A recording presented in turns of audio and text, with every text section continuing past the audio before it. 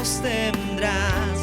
Mis pies pusiste en la roca, no me moveré. Bendeciré tu nombre, oh Dios, y solo en ti yo confiaré. Mis manos a ti elevaré, pues solo tú me sostendrás. Mis pies pusiste en la roca, no me moveré. Mis pies pusiste en la roca, no me moveré. Tú eres mi ayuda, mi refugio y la fuerza de mi ser. Tú eres mi consuelo, mi anhelo y siempre mi Padre fiel. Bendeciré tu nombre, oh Dios, y solo en ti yo confiaré. Mis manos a ti elevaré, pues solo tú me sostendrás. Mis pies pusiste en la roca, no me moveré. Mis pies pusiste en la roca, no me moveré. No, no. Tú eres mi ayuda, mi refugio y la fuerza de mi ser. Tú eres mi consuelo, mi anhelo y siempre mi Padre fiel. Tú eres mi ayuda, mi refugio y la fuerza de mi ser. Tú eres mi consuelo, mi anhelo y siempre mi Padre fiel.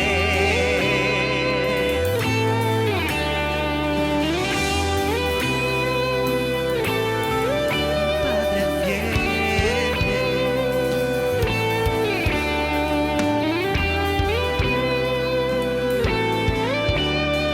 Los cielos cuentan tu gloria, la tierra canta tu amor. Tus hijos te adoramos y te damos todo el honor. Tú eres mi ayuda, mi refugio y la fuerza de mi ser. Tú eres mi consuelo, mi anhelo y siempre mi Padre fiel. Tú eres mi ayuda, mi refugio y la fuerza de mi ser. Tú eres mi consuelo, mi anhelo y siempre mi Padre fiel.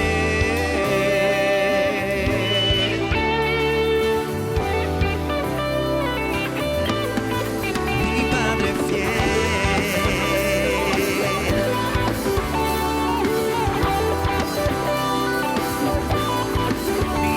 fiel.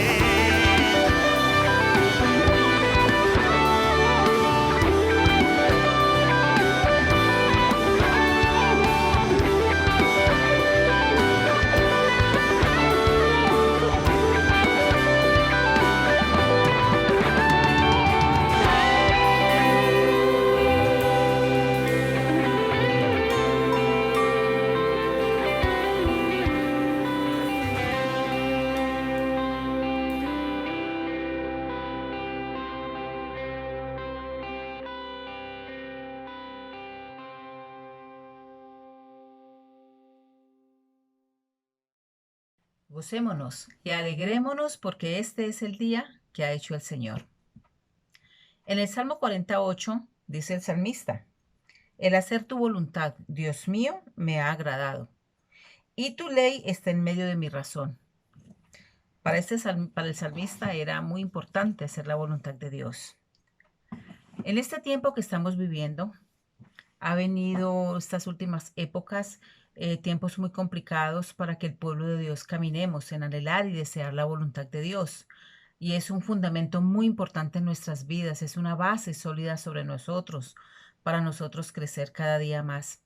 Pero estamos caminando en tiempos muy complicados donde de pronto el pueblo de Dios hemos estado más bien como queriendo hacer nuestra propia voluntad más que la del Padre.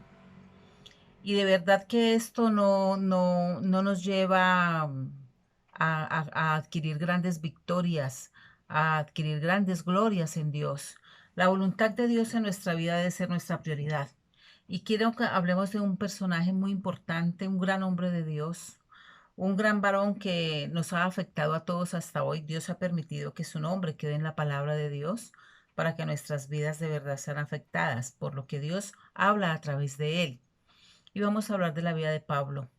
En Hechos capítulo 9, en el versículo del 3 al 5, la palabra de Dios nos dice que él iba con su deseo en el corazón de coger cristianos para meterlos a la cárcel, para matarlos.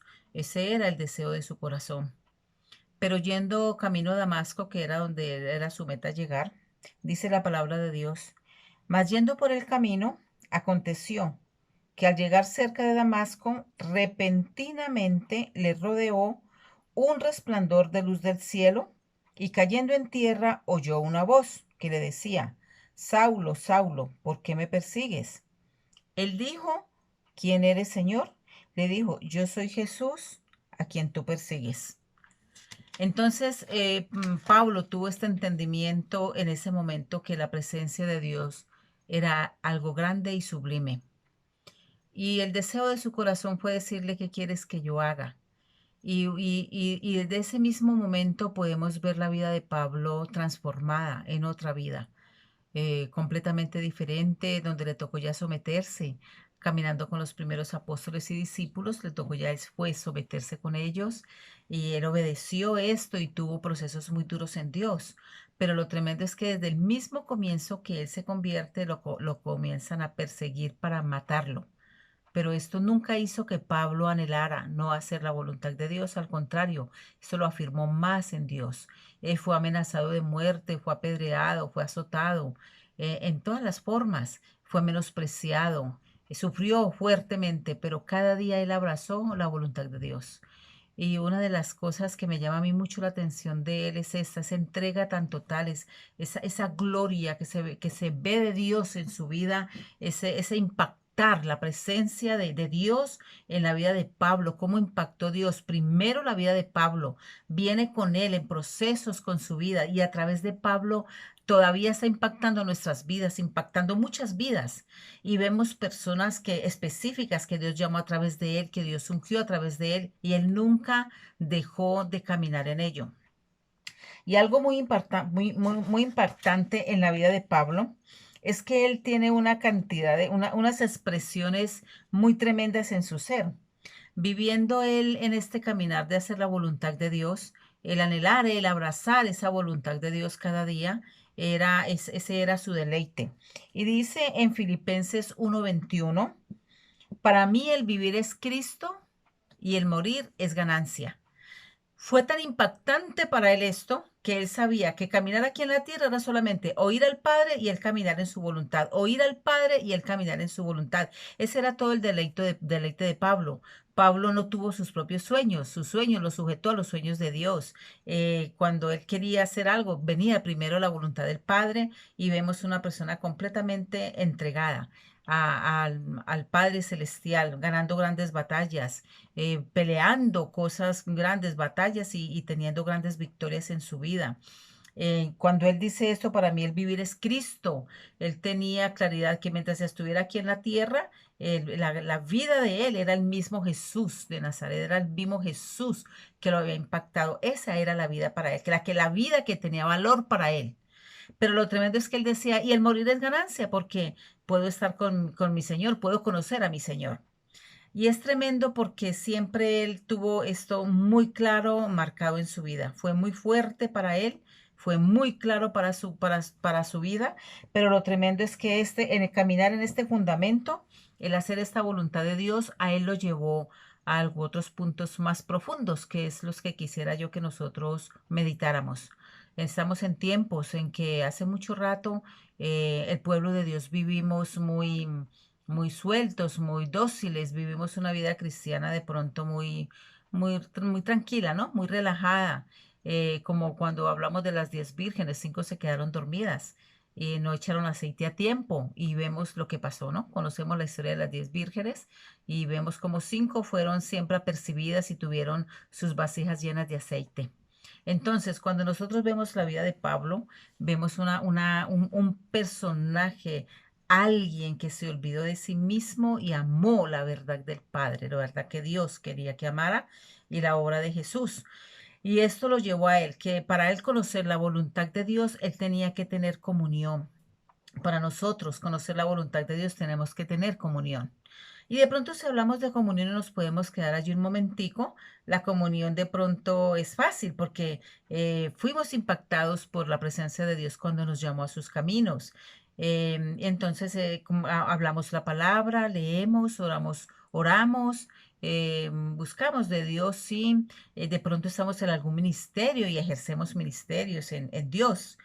Pero más que la comunión necesitamos profundizar en la intimidad, una intimidad donde nos lleva realmente a conocer cuál es tu voluntad. Y a medida que anhelamos conocer su voluntad, que entramos comunión y pasamos a un tiempo de intimidad, más fuerte se nos va a hacer el enamorarnos de Dios y más fácil va a ser el hacer su voluntad más que la de nosotros. Y poco a poco comenzamos a ver que es más grande nuestro amor para el Padre que nuestro amor propio, que es la meta que debemos tener siempre. Cuando nosotros pensamos en aquella gloria preciosa de Dios, para impactarnos a nosotros, tenemos que pensar primero en eso, morir nosotros para que Cristo viva en nosotros. Cada día nuestros deseos estar sujetos al Padre, que es el deseo de Él. Y en el caminar en este fundamento de su voluntad, entonces tenemos que dejarnos afectar poderosamente por su presencia. En aquella profunda intimidad con Él, podemos ver cómo Dios viene y trata con nosotros. Primero nos lava, nos limpia, nos revela lo que necesitamos entender que nos está estorbando para hacer su voluntad. Y viene Él a revelarnos muchas cosas. Y a medida que lo amamos, renunciamos a ello. A medida que lo amamos, nos es fácil decir, Señor, perdóname. Pensé que esto estaba bien, mínimo, ¿no? Sí, Señor, ayúdame. Señor, dame las fuerzas que necesito para salir adelante en ello, pero estamos haciendo una entrega, una renuncia y estamos viniendo a un verdadero arrepentimiento. Y cuando nosotros caminamos en ello, el hacer la voluntad de Dios me lleva ya en intimidad al arrepentimiento, allí viene nuestro cambio de verdad. Y cuando hemos sido cambiados y estamos siendo transformados por esa presencia de Dios, es aquella gloria que viene y llena nuestro ser, nos impacta a nosotros. Y el otro paso que Dios hace en nosotros es que primero nos impacta y después viene a impactar a otros a través de nuestras vidas, que debe ser la meta, ¿no? Conocer nosotros a Jesús, hacer una revelación de Él en nuestro corazón, profundizar esa presencia de Él en nosotros para que otros también vengan a ser profundizados, revelando ese deseo, anhelando ese deseo de que la revelación de Dios venga a sus vidas por causa de que nos ven a nosotros realmente enamorados de un Dios que es veraz y que es verdadero. Es un Dios glorioso, es un Dios que de verdad nos lleva de victoria en victoria y de poder en poder. Y mirando yo cada expresión de Pablo, hay otra expresión que me impacta mucho y que dice en 1 Corintios capítulo 9, versículo 1 al 2b. Dice Pablo ya con una firmeza y una seguridad completa en Dios. No soy apóstol, no soy libre, no he visto a Jesús, el Señor nuestro. No sois vosotros mi obra en el Señor, porque el sello de mi apostolado sois vosotros en el Señor. Y estas eran las expresiones de Pablo, eran expresiones muy profundas que él tenía, la seguridad y la confianza. Y él decía en este pasaje que aunque otros no crean, de que yo soy un apóstol, ustedes sí, por el impacto que han visto de Dios en mi vida. La obra de Jesús en mi vida me ha llevado a cosas grandes, a cosas gloriosas. He visto yo a Jesús y les dice a ellos, ustedes saben que esto es verdad, que yo he visto a Jesús, porque Él es uno de los que habla, que Él fue al tercer cielo. Entonces, Él dice, ¿no soy libre? No me ven ustedes como yo soy libre. Así me digan que me van a torturar, así me digan que me van a meter a la cárcel. No, yo conozco al Jesús que me libertó y no me da temor de estas cosas. ¿Por qué? Porque para mí el vivir es Cristo y el morir es ganancia. Entonces esa firmeza de él enamorarse de un Dios todopoderoso impactaba a los que estaban con él, a los que lo rodeaban, a los que aún todo el tiempo hablaba él a voces, a la gente que estaba, a los que estaban allí, la palabra de sabiduría que salía de él. Ese compromiso con Dios hacía que el Espíritu de Dios pudiera fluir con plena libertad a través de su boca, que el Espíritu Santo de Dios pudiera fluir con libertad impactaba y generaba una atmósfera de un deseo profundo de buscar de Dios y era ir de un lugar a otro, de un lugar a otro y caminar. Y la palabra de Dios alcanzó a miles y miles y todavía sigue esta palabra de Dios impactando nuestras vidas porque un hombre quiso decir, Señor, quiero hacer tu voluntad y no la mía. Y cuando él habla de esta palabra, ustedes son, porque el sello de mi apostolado sois vosotros en el Señor, y vos sois mi obra en el Señor. Él tenía tanta seguridad y confianza de que esto para él no era altivez, de que esto no era una arrogancia, de él sentirse grande, no. Él sabía por el Espíritu de Dios en qué momento exacto decía las cosas, cómo venía en ese momento a hacer un rompimiento en los corazones y en las vidas. Y es lo que nosotros tenemos que estar preocupados hoy en día. A veces no, ni siquiera tomamos en cuenta las palabras que hablamos, no tomamos en cuenta qué daño estamos haciendo a los que nos rodean, no tomamos en cuenta de pronto palabras no necesarias que no edifican al oyente, como dice la palabra de Dios. Pero cuando nosotros estamos enamorados de este Dios, tenemos intimidad con Él, todo esto debe verse en nosotros como un fruto, una palabra sabia que impacte el corazón de otro, una palabra sabia que muestre el camino a otro, una palabra sabia que deje al otro pensando de verdad, lo que yo estoy haciendo es correcto o no es correcto, por causa de nuestras vidas bajo un pacto de intimidad. Y es impactante ver cómo Pablo iba de un lugar a otro y siempre estaba acompañado, ¿no? Pero hay un personaje que me impacta también mucho, es la vida de Timoteo. Pablo lo cogió desde el libro de Hechos, los primeros trabajos de Pablo como misionero. Y vemos como casi en todas las cartas de Pablo, si usted las estudia con juicio, usted va a ver que él siempre está hablando de Timoteo y una palabra muy bonita y dice que si miramos esto, dice en Primera de Timoteo capítulo 1 versículo 2, a Timoteo verdadero hijo en la fe. Él lo tenía como su hijito. Él lo formó, él lo levantó, todo lo que Timoteo tenía era como una sombra de Pablo. ¿Por qué? Porque Pablo estaba impactado por Dios. Y asimismo Pablo impactaba a otros con la presencia de Dios, en la formación de su carácter, en la formación de su temperamento, el que estos hombres que caminaban con él permanentemente lo vieran todo el tiempo hablando de la gloria del Padre. Para Pablo no había otro lenguaje sino hablar del reino, hablar de la gloria, hablar de la presencia de Jesús en su vida.